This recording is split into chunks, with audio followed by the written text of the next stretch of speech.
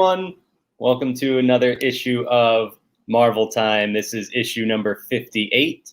And as you can see, we do not have Benji with us here today. So Bekah is stepping up and reading this week's comics again. You're becoming a Wednesday warrior now. I hope you realize that. Oh, do I get a badge or something for this? If so, mine's been lost in the mail for a long time now. So Oh, well, I like Wednesday Warrior. I'm happy to claim that. it is cool when you're part of a nerddom that has a title. Yeah, that's true. That's very true. So let's jump into this week's comics. And we're going to start with Sword number 7. And this is a continuation of the last Annihilation story that Bekah, you and I actually talked a little bit about last week with Guardians of the Galaxy number 16. So I know you were in the process of getting through this issue here.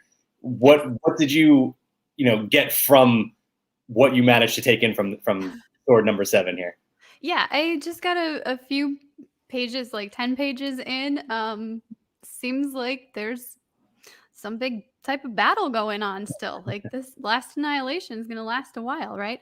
I was surprised to see Hulkling in here, and he's called an emperor, and I was confused. Is this the same Hulkling as last week's? And you just said that it's a continuation of the story, but yeah, so I can clarify a little bit. We had a crossover event almost a year, or actually over a year ago now, I think, called Empire, and it was the merging of the Kree and Skrull empires. And Hulkling, who is half Kree, half Skrull, has been named their emperor. Okay. So that's where we are at cosmically in the Marvel universe right now. And so now this last Annihilation wave is really testing Hulkling's leadership. And as we saw that in Guardians of the Galaxy last week, and now with Sword, which has this space/mutant, kind of crossover thing happening here, kind of dives into that Guardians of the Galaxy story we saw, as well as what's going on Krakoa and Arakko and everything going on with the mutants right now. So I like that it was a good combination of those two things. I can see that. Yeah, like I said, I didn't get very far in it, but it seems to be an interesting storyline. I got to the point where Victor Von Doom, am I saying that right? Yep. And Storm were having dinner and having a conversation, and that seemed very intriguing to me. Like, are they going? I don't. Are they trying to strike a deal? Are they going to fight? What's going to happen? Yeah, and so let me jump in here because this surprising even to me. This is actually my pick of the week. I really like this. I've said on here 100 times probably that Victor Von Doom, Dr. Doom, is one of my favorite characters, one of my favorite villains, and we got a decent amount of him this week, so that was really cool. Yes. And we'll talk about him a little bit more. But the whole thing, this whole issue could have just been that dinner and conversation between Dr. Doom and Storm, because I found it to be really fascinating, particularly, I don't know how well you're going to see on here. Oh no, hang on, I just lost it. But there's a part of the conversation between Dr. Doom and Storm that is just such a great villain line, and it's this right here. And so I'll just read you what Dr. Doom is saying to Storm in regards to what's going on with their mystery metal that they found, that the mutants found, and are now using to basically reshape the intergalactic economy. He said, "You've stolen fire from heaven to hold in your hands. How could I object? I've done the same myself, with one significant difference. I wore gloves." And that is such an awesome Dr. Doom line. And so I just really loved everything happening with them. Plus, I mean, you get all of the action of what we saw last week with this whole last Annihilation and the mindless ones attacking. So lots of really cool stuff. I'm definitely interested in where the last Annihilation is going. And this actually got me more interested in where the mutant comics are going as well. Yeah, it seems pretty cool.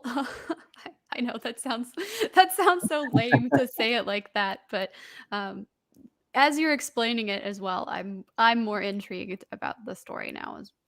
Yeah, and like I was saying before we started here, it would honestly be a little bit scary if you fully comprehended everything that was going on just from reading, half an issue. and well, last week's issue as well. But there's so much context going into each and every issue, so you really have to go back quite a ways and catch up on things to fully understand what's going on here. This is definitely not a great starting point, but when you work your way up to this issue and this ongoing story, it's been very good so far. I will say it also gives me an appreciation for the writers, how you plan out these story arcs and even crossovers and what information needs to be revealed in each story, and then how you put them into the different panels. It's pretty amazing. Like, you think, oh, writing a comic is easy. It's like, no, not at all. Especially when you're not even in control of the whole story. You've got stories coming from other writers that then get worked into your stuff. And yeah, and I should mention too, this is Al Ewing. He is one of the best comic writers in the world right now. So yeah, no surprises there that he put together another great issue. Switching gears a little bit, we'll jump over to the United States of Captain America #2.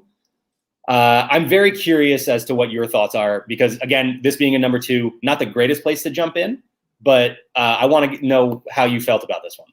Well, I had a little bit, like, I know a little bit about this. Is it 5 or 6 issue series? I know they revealed the cover for #5. I'm not sure if that's the finale. Okay. So I know a little bit about this and how you have this Captain's Network, and there's different local Captain Americas kind of taking up the mantle. So had a little bit of knowledge going into that into this. I enjoyed this more than I think I thought I would, and I'm gonna say this is my pick of the week. Nice. So I mean, I'm partial to Captain America. I liked that we had Sam and I was gonna say Sam and Bucky, because that's just so much in my head. Right. But I like that we had Sam and Steve working together, and I cannot remember her name. Is it Nisha or? Yeah, off the top of my head, I don't remember it either. Yeah, that's my pick of the week, and I don't remember the main Captain America. I think it's Nisha, right, or something. Yeah, we read 5 comics this week. It's okay if we forgot the name of a new character. But I feel like you probably know who the villain reveals are. That doesn't mean anything to me, but yeah, I was going to bring that up because I think that is given that you knew the idea of this ongoing story arc here, this network of captains, like you called it, all over the country, who are basically fighting to make their homes better in the name of Captain America, wearing the stars and stripes. That's the whole story for this issue, this series. But yeah, you're right. The only one thing about this issue that you otherwise wouldn't know unless you had read plenty of other comics prior would be the reveal of the villains at the end of this, which was really, really cool. So if you've read some previous, not just Captain America, but even some of the bigger crossover stories, you'll recognize one of these villains, at least one of them, and it's a pretty big deal. I'm excited to see where this is going. Okay, cool. And I will say too, I really like the dynamic between Sam and Steve in this. It was very funny. It was very MCU-esque. It was a lot of that. I was surprised that Steve was kind of quick with the not necessarily comebacks, but he was making a couple of remarks that I was like, this feels more Peter Parker than Steve Rogers, but still good. Well, and I feel like that's along the lines of the MCU version of the character, whereas it's mostly like old man Steve Rogers in the comics, where he's very he's very straight laced, not a whole lot of humor. And then sometimes we get that MCU version where he is joking a lot, and I like that we got sort of a mix of both in this one, and right down the middle. So I like that version of the character. Before I move on to our next comic. Hi, Judy. And our next issue, like I said, we got a lot of Dr. Doom this week, and we got plenty more of them right here. This was the finale of the Bride of Doom story arc going on in the Fantastic Four comics. It feels like a long time since we read the last part of this story, so I needed a little bit of a refresher, but they pretty much lay the whole story out for you right in the beginning. I mean, I guess they don't exactly tell you what happened, but you can pretty easily piece it together. What did you think about this issue? It was a lot. Oh yeah, yeah, yeah. Definitely a lot going on. Um, it was yeah, like you said, they lay it out for you at the beginning. Still though, for me, I was a little bit lost. But what you've got yeah, the Fantastic Four seem to have gotten themselves into quite a mess, although they're they were what, guests at this wedding Mhm. of Doctor Doom, so it's kind of partially their fault Right. for, you know, accepting an invitation. I know I'm not explaining that correctly, but, No, I there were mean some you are. There's a little bit more to it than that, but you have the general outline of it. right, like, I did understand what caused him to be so Right. aggressively angry in this finale, but yeah, it was a lot. Yeah, yeah. Doctor Doom is in the middle of his wedding, and his would be or his bride to be called things off the last second because, well, Johnny Storm did what Johnny Storm does, and so that caused some problems there. And so Doctor Doom kind of, well, he did what Doctor Doom does, and he threw a pretty big tantrum and basically shut everything down. But I love that this comic includes Fantastic Four, obviously, given that it is a Fantastic Four title, but also Black Panther and Yes. Namor. So lots of stuff going on. It was very, very action heavy, much more than I would have expected. Especially, that's not typically Doctor Doom's style. I mean, it is and it isn't.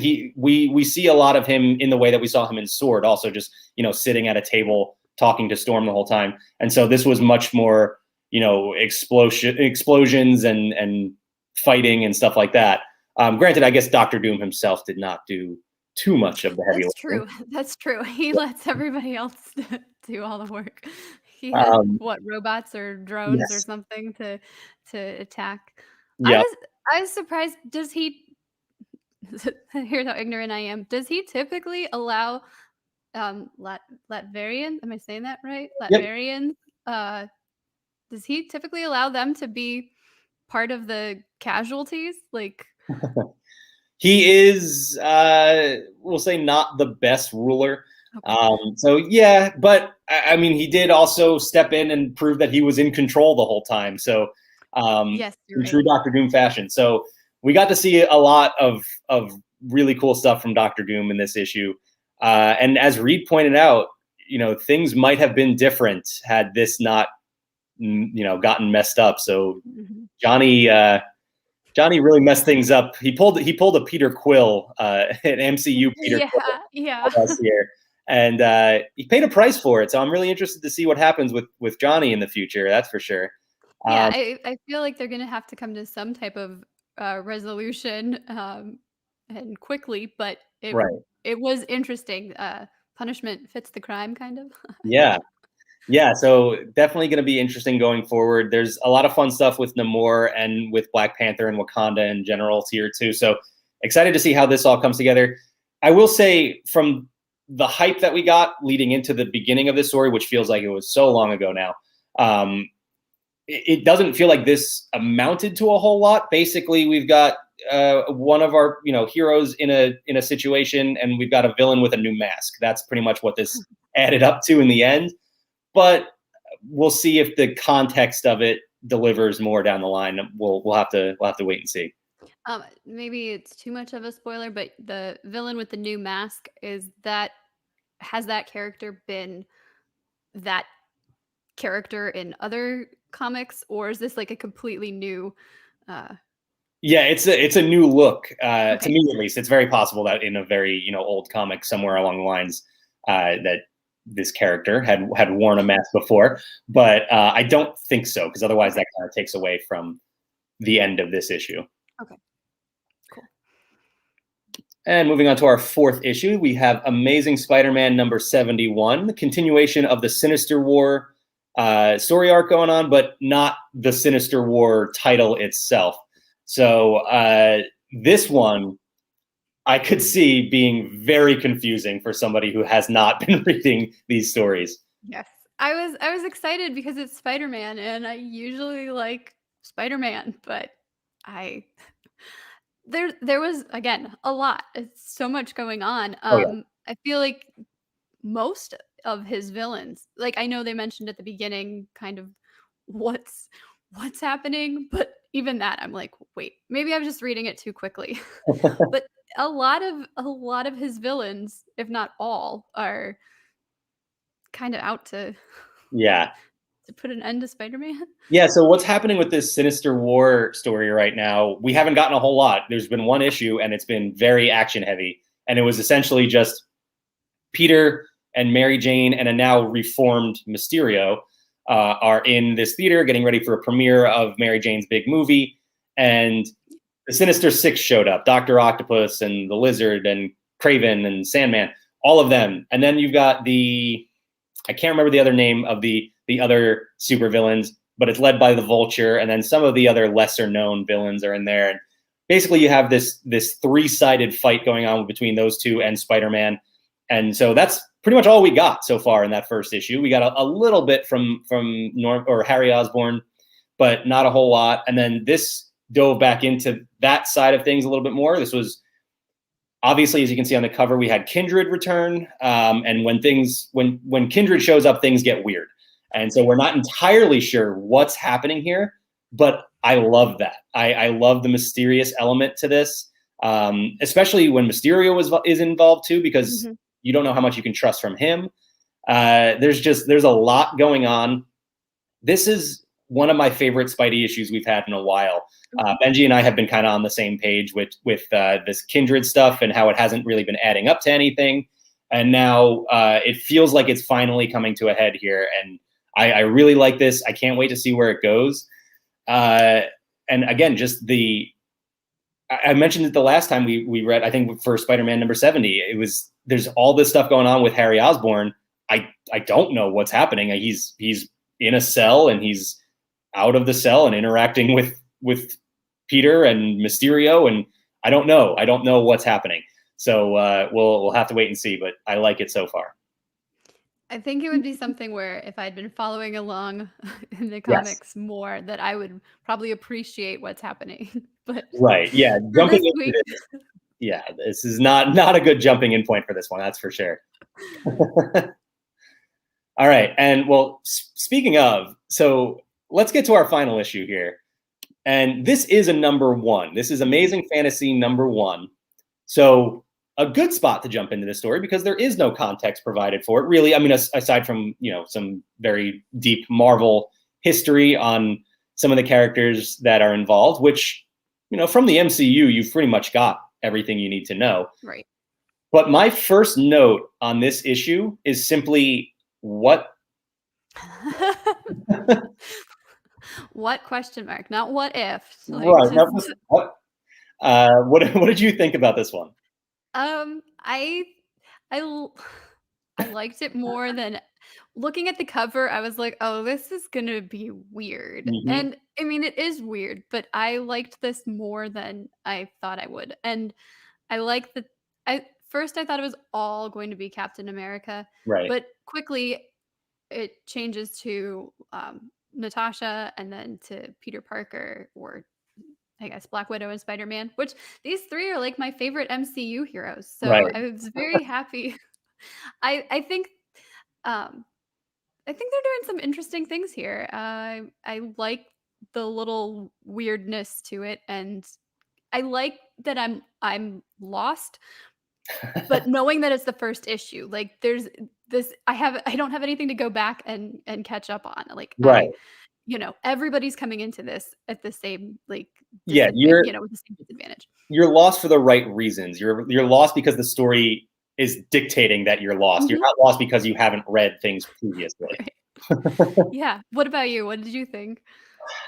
I'm with you. I did like it more than I thought I would. Based on this cover, I was like, okay, this is going to be very out there and just almost like a what if story, but one that I'm not necessarily interested in. Captain America as sort of a barbarian riding on the back of a lion with wings. And there is some of that happening, but there's much more to it than that. And you can kind of piece together what happens by the end of this, but I'm also so curious to know what's really going on. And like you mentioned, we get 3 different stories, and it's with Captain America, Black Widow, and Spider-Man. And I really like that that they did that, and that they seem to be potentially tying together.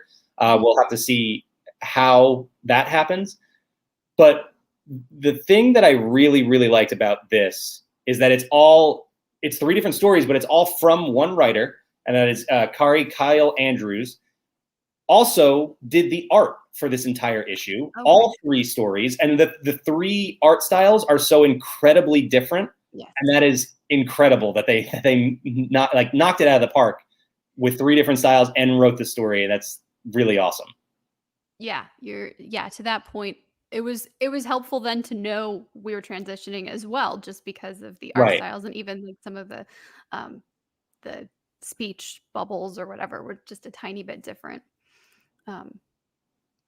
Yeah, and you're almost getting like a backstory for them before what's currently happening, I guess, or what's really happening, which that was fun too. Yeah, the synopsis of this lets you know that it is basically plucking these favorite heroes out of their prime. So it's like World War II Captain America. It's Red Room Black Widow. It's Peter Parker as a young Spider-Man taking on the Green Goblin.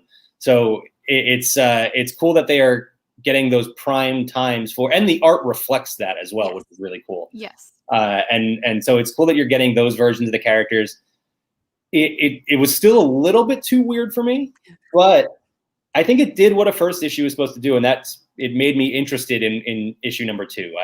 I'm definitely curious to see where this goes. If it were up to you, would you have issue 2 continue with these 3, or do you think or would you want it to be additional characters? I think I would rather it stick to these 3, just because if it gets any bigger, it's going to take too long to tell the story, and then they run into these problems where the series isn't long enough and they have to cram things in. And so I think telling the story with these 3 characters would probably be the best way to go. Cool.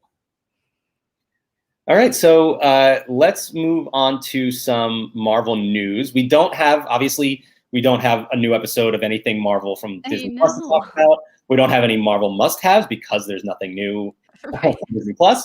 So we're just going to go from our comics. We're going old school today. We're back to our normal routine, going right from the comics into the Marvel news. So I think this is my first official original. First original format. So this is really. I mean, I don't know. Comic numbering is confusing. I guess you would eliminate the 6 Loki episodes, so we're at issue number 52 again. I'm not sure. But we got a new teaser for Shang-Chi and the Legends of the Ten Rings. Didn't show us a whole lot of new stuff. We saw that Shang-Chi is in the Fight Club thing that we saw in previous trailers and stuff. So very interested to see what's going on there. And I mean, we learned that it was Abomination and Wong apparently in there before, so we already have our connections to other stuff. We got another look at what we think is Fin Fang Foom, the giant dragon that he sees in the water. And aside from that, just more of the same story notes. You kind of get the idea of this is him against his father and what his legacy is supposed to be and things like that. So pretty cool to see another teaser for it. I can't wait. September 3rd, counting down the days for sure. Are you surprised that characters like Fin Fang Foom are making their way into a big screen movie? I'm not, because I think they'll use him in a very minimalistic way. Like it'll probably just be like maybe it's a dream sequence or something like that. It's going to be more like what the character represents, as opposed to there being a giant flying dragon actually terrorizing people, is my guess. I'm not sure. Maybe they do. But so no, I think the only thing that surprises me is I would have expected to see Fin Fang Foom in Iron Fist lore as opposed to in Shang-Chi, but we're getting away from Iron Fist from Netflix. Maybe we get a new character down the road, but we'll have to wait and see for that. Sticking in the MCU, we learned that Black Widow will be released on digital on August 10th and on 4K Ultra HD, Blu-ray, and DVD on September 14th. I personally will likely just be sticking with Disney Plus, but Yeah. That's all your preference. I know. Do you collect the Blu-rays or DVDs or anything like that? We ended up buying all of Phase 3 Okay. individually as each release came out. We went to see each movie on opening like weekend or within the opening weekend, usually Right. opening night. And then I was like, well, we have to buy this. Yeah. So that was kind of our thing for Phase 3, but I don't know that we we bought Premiere Access. So I don't know Yeah. that we're going to get this Right. as a We physical have a copy. very spotty Blu-ray collection at this point because of Disney Plus and streaming services like that kind of deter us from doing that. But I understand people like to collect these sorts of Mhm. things, and this is one that you definitely have to add to your collection because definitely enjoyed Black Widow. That's for sure. And I'm thinking, like, looking at all of the different bloopers and deleted scenes they have here, even if they include stuff in the Disney Plus version of it, I don't know that they'll have everything. Right. Because That's I've gone to look at some Disney Plus, some movies on Disney Plus, and I'm like, there's bonus features, right. definitely, but not maybe not the full, collection of bonus features. Yeah, that's a very good point for anybody who is dying to see every deleted scene. That might be the only way to do it. Um, Another piece of MCU news, we learned that Michaela Cole will be joining the cast of Black Panther Wakanda Forever. I am personally not familiar with a lot of her work, but I did do a little search real quick and found out that she was in The Last Jedi as Oh, a resistance monitor. So okay. probably just in the background somewhere at some point. But that's still cool. I mean, she's coming from the Star Wars universe into the MCU. So Yeah, which seems to I think that's kind of a thing now. We've got a couple people, right. Erin Kellyman and a few others who Yeah. are doing both. I love this picture of her. She's just gorgeous, and I love what she's wearing. Yeah. Yeah, absolutely.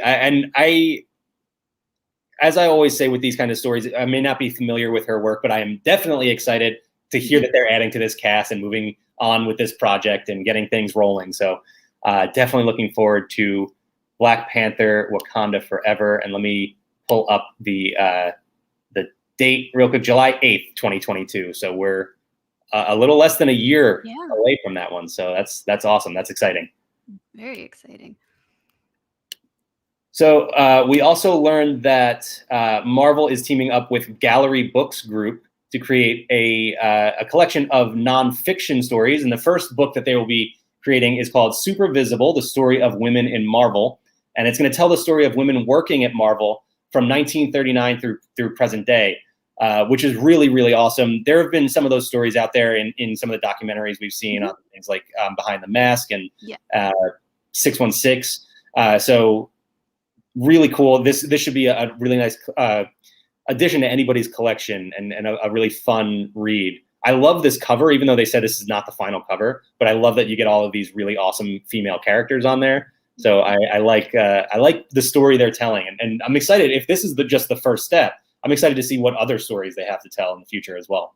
That's true. Yeah, I think they're probably trying to set up for maybe not branded type stuff, but yeah, they probably have plans to bring more of this.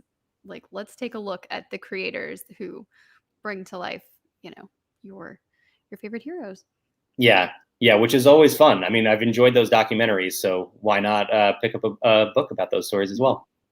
And speaking of books, we have the next title from the partnership between Marvel and Aconite Books, and that is The Rebels of Vanaheim. This is the next in the Legends of Asgard line, and this will be following Heimdall, this is a direct sequel to last year's title, The Head of Mimir.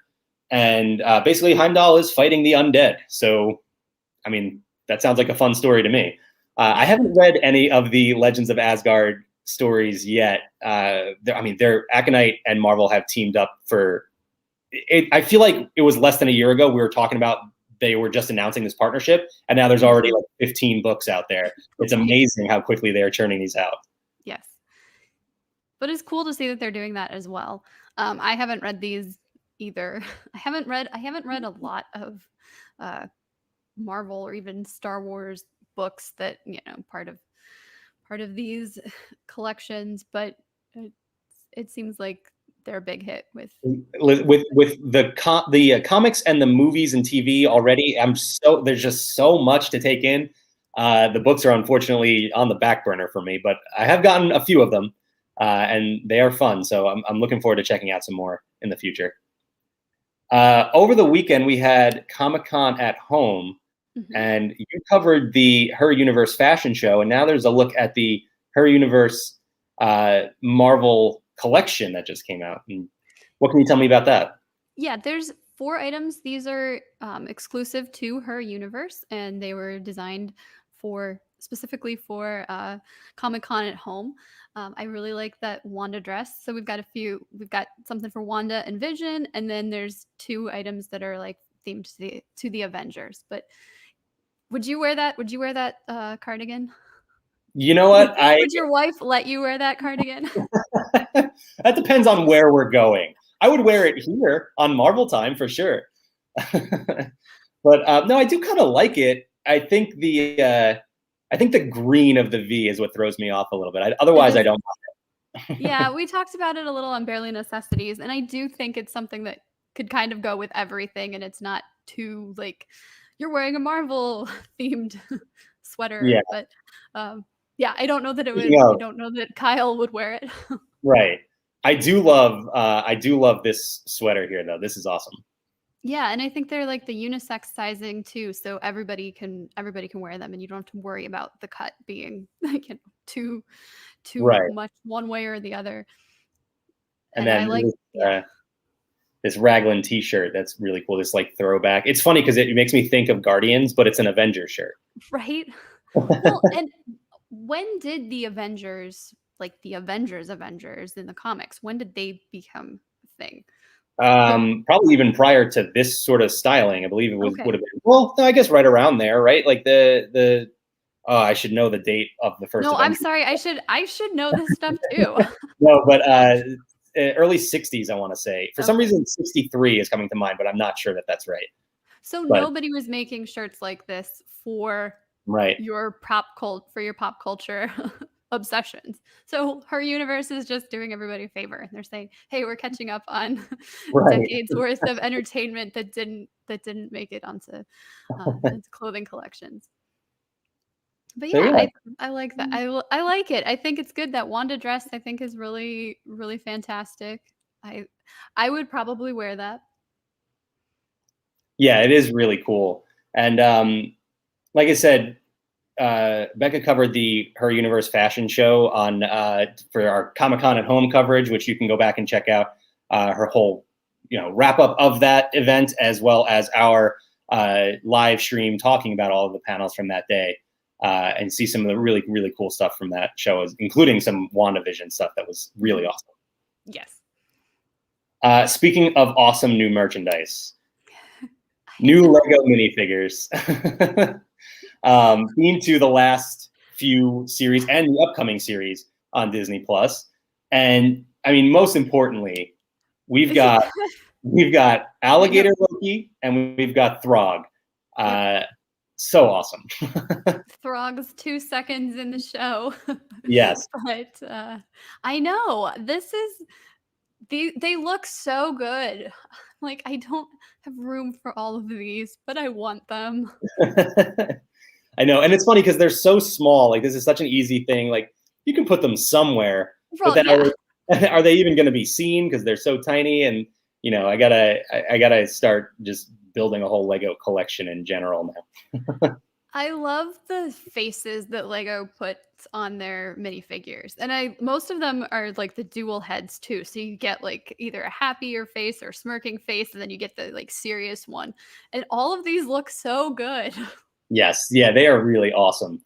I mean, you got Sylvie and Loki obviously from Loki, and then you've got lots of what if, like Captain Carter. You've got T'Challa as Star-Lord.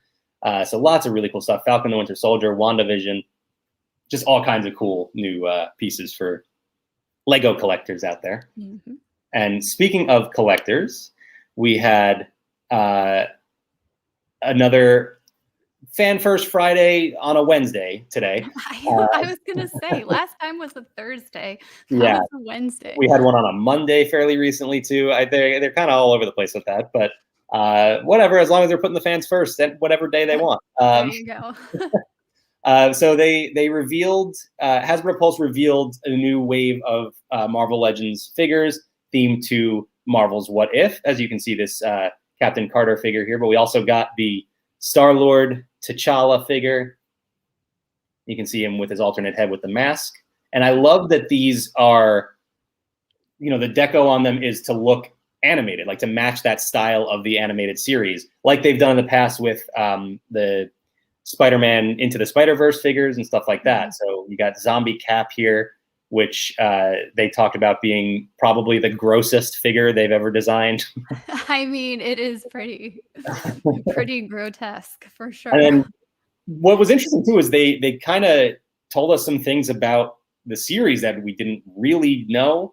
They mentioned several times they don't know anything more than we do, but they did call this figure Zombie Hunter Spider-Man. So interesting. You can see he's got that design, that like MCU design on his suit there.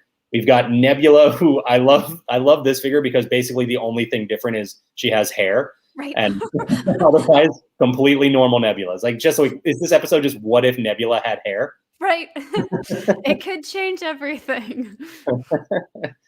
And then, as we saw, Captain Carter. But then, interestingly, this whole wave is not just themed to What If. We also had a Sylvie figure from Loki. So that is part of this same wave. And the way that normally I would say, whatever, it doesn't. We have the 6 What If figures. We have the Sylvie figure. They're separate, whatever. But in order to get the Build-A-Figure, you need to get Sylvie as well. And the Build-A-Figure is Uatu the Watcher from What If. So it all comes together. And this is a really cool Build-A-Figure, too. I mean, as far as I know, I think this is their first Watcher figure. And that's an awesome piece to add to anyone's collection. This is the only one, too, that I think doesn't really have that clearly animated style. Like, it looks like it could be from the comics or even like a live action type thing. So even if you're not a big fan of What If and you just want to add the Watcher to your collection otherwise, I think that's a really nice piece. There was also the Hydra Stomper figure, which we're going to see in What If as well. It goes along with Captain Carter. And then aside from that wave, they introduced some new other figures as well. Binary, we got a Vulture from Spider-Man Homecoming. That looks cool. Yeah, and they mentioned that the reason that they are remaking this figure, because they did release it when the movie came out, but they released it actually prior to the movie coming out, so they didn't have much to work with. They didn't know exactly what the character was going to look like, so they kind of had to, wing it, pun intended. We got this classic Tigra figure coming. And then she looks like a Cheeto. I'm sorry. The coloring in the image is a little weird, yeah. We got our Flamin' Hot Cheeto figure. And then they announced the next Troop Builder figure, which is the Hand Ninja, which interestingly they've done before, but in their red costumes. So now you can get them in their black costumes. So there you go. And then finally they announced, they teased some things to go along with that Galactus figure that we talked about last week, whenever that was. This giant Galactus figure, this 36-inch behemoth, is still seeking funding in the HasLab right now. I think they're about 5,000 backers off from reaching their goal. But in order to incentivize people, they tease these new figures that you can kind of see on here. We got one there and one here. This one to me is fairly obvious. Looks like we're going to get a Silver Surfer figure with this Galactus. And then this one down here, the popular theory out there is that this is Nova, not Nova of the Nova Corps, but a different character, a Herald of Galactus named Nova. So that will be an interesting figure to add to that as well. Is this like a Ronan thing? Like Nova and Nova? It's spelled exactly the same. I mean, where it's different with Ronan, but you're not wrong. You would think they could have come up with different names for these characters, but then again, there are thousands and thousands of them. So Okay. Anyway, sorry to distract. No, that's all right. And so yeah, this is again, you can check out this whole list of announcements here, and then we have a link here so you can back this Galactus figure. It is $399.99. And then you get this incredibly giant figure, these two bonus figures, as well as other fun accessories that they have yet to announce. So lots to look forward to there. Yeah, these look awesome. Yeah. I really like that T'Challa figure and the Watcher figure, and I think Doctor Strange too. I think if I were picking from this, like, there's some really Well, good figures. I I hope I I like the agree. show. Yeah, yeah, it's true. I agree. The only thing is the way they get you is you don't get that Watcher figure unless you buy the rest of the entire collection in order to build them. So if you wanted just Doctor Strange and T'Challa, you're probably going to end up with like an arm and a leg from Right. Watcher. Or the worst is like when it's just the torso and you're like, Yeah, I can't even like you could leave an arm in part of like a display right. case or something. Be like, oh yeah, they attacked the Watcher, but you're like, just the torso. All right, so just a few other little pieces of Marvel news. We'll come full circle and get back to some comic-related news here. We've got Eternals, a new one-shot, Eternals Celestia, and that is basically going to dive into this new history of the Eternals and also take a look at what's going to happen to the characters in the future. And let me see, we have a quick synopsis right here. Ajak and Makari, whose quest for answers leads them into a fierce battle against a certain group of Avengers. So interested to see where that goes. Are you familiar with this group of Avengers? No, I'm not sure where they're going with that. Okay. A lot of different directions they could go. We read the beginning of this ongoing Eternal series, and I think our thought was originally that this was going to be tying into the movies a little bit, and it went a completely different direction. So Okay. I wouldn't expect, if you're looking forward to the Eternals movie and you want to get some background, I don't think this is where you need to go in order to prepare yourself for that movie. But it should be a fun story nonetheless. We also had some more information about the last of the Marvels story arc, because the first announcement that we talked about last week was simply the last of the Marvels. That was it. That was the information we had. Then it was like the very next day, they're like, here's what we can tell you. Like, Right. really? You couldn't have just saved it all for one day. And yeah, so now we learned that this story arc will see the return of Genus Vel, another Marvel character from that realm of things. It's hard to explain where all of these alien creatures with their weird names come from, but yeah, so getting back into the history of Captain Marvel. When they announce this stuff, you kind of have an idea of what's going on, right? Like, even from all these different properties, you're like, okay, even if you don't follow that, you're like, I get what this is. A little bit. Like, for example, I know the name. I've heard of this character. I've seen an old comic before, but that's it. That's essentially it. I don't know. I haven't been reading the ongoing Captain Marvel series, so I don't know the references to what's going on with this story. But we'll see where if they keep building up the last of the Marvels, because we know Miss Marvel, Kamala Khan, will also be involved in this too. Yes. So I'm definitely interested in where this is going, and that might get me hooked on, this going back to the beginning of this ongoing series here. And finally, our last piece of comic news here, we get the return of Luke Cage, City of Fire, a new story arc for him coming in October. All of these comics are coming in October, by the way. We're in that period of time now where that's the month that we're talking about with all of these comic announcements.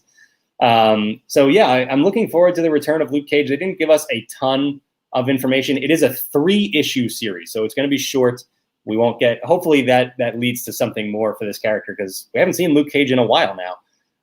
But it'll explore the role of Luke Cage as he's grown into in Harlem and the broader Marvel universe. So we'll see where this goes. I'm excited because, like I said, it's been a while, so should be fun. It looks like it. Yeah, I didn't watch the Luke Cage series, and I haven't read the comics, but I gather that people really like this character, and he seems like somebody that I would probably, whose story I would enjoy. Yeah, he's one of the, those street level heroes that is very easy to follow. Like you don't deal with all of these huge, I mean, he is involved in some of the big crossover events, but for his stories, it's just, this is what's happening in Harlem, on the streets of Harlem. And this is how he handles his business. And it's always a lot of fun and a very easy read when you're getting into a Luke Cage story. And it does get a little bit crazy sometimes when you get Iron Fist and some of the other characters that he works with involved. But it's always fun. He's always just a really entertaining character too. Cool. So yeah, that's gonna do it. That was a lot of news to cover for this week. A lot going on in the Marvel universe these days. A lot of comics too. They announced, I think last week there were like 4 or 5 that they announced, just one right after the other. Oh my goodness. Yeah, I had to leave a few things out because there was just so much Marvel news. We got some looks at some other comic book covers coming up. We also saw there's a what if the Marvel Collector Core box. So that should be really cool as well. But yeah, lots of Marvel stuff going on, and that's without a new episode on Disney Plus. So. Which, by the way, we'll have one more episode of Marvel Time until we get into our next Disney Plus series with What If coming on August 11th. So I'm excited for that. Me too. So yeah, that's going to do it for another issue of Marvel Time. Bekah, thank you for filling in again and jumping right into some crazy comics. Thank you for having me and dealing with my questions. Wednesday Warrior. Yes. All right. As for today, I know Mike is going to be live in just over an hour from Disneyland, so I'm looking forward to following along with that. We have a new episode of Zacks of Life out before we went on our go on our little break here before What If comes out, so you can check that out. And then tomorrow we are going to have our 3rd edition of Drafting Place, and that'll be at 4 p.m. Pacific time, and we will be drafting Walt Disney World food. So that should be fun, and I'm going to have to make sure I eat beforehand because otherwise you'll be hungry. Yes. Or just keep the microphone away from your stomach growling or something. Right. And then, of course, you can see Bekah again on Tuesday on Barely Necessities. Yep. Well, thank you, everybody, for watching. We'll be back next week. Bye.